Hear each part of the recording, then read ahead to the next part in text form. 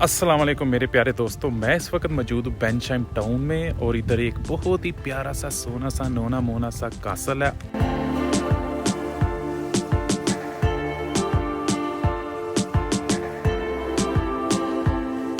आवरबाह castle.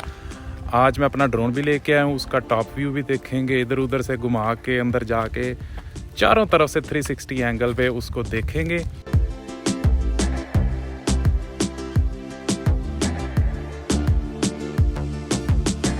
Parking मैंने पीछे लगा ली है तकरीबन 400 से 500 मीटर के फासले पे, लेकिन मुझे ऊपर आके पता चला है ये पार्किंग तो इधर पास भी है।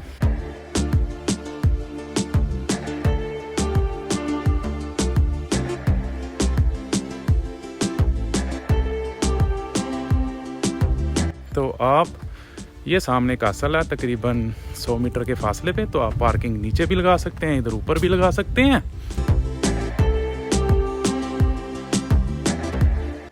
और 10 बजे कासल ओपन होता है, 5 मिनट रहते हैं अभी। तकरीबन मैं 55 मिनट पे आ गया हूँ, 9:55 पे आया हूँ, 10 बजे ओपन होगा।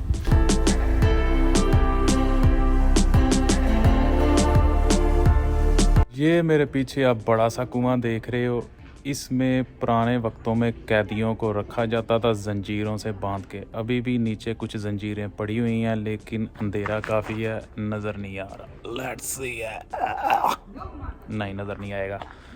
तो काफ़ी जगह ऐसी हैं यहाँ पे जो देखने वाली हैं।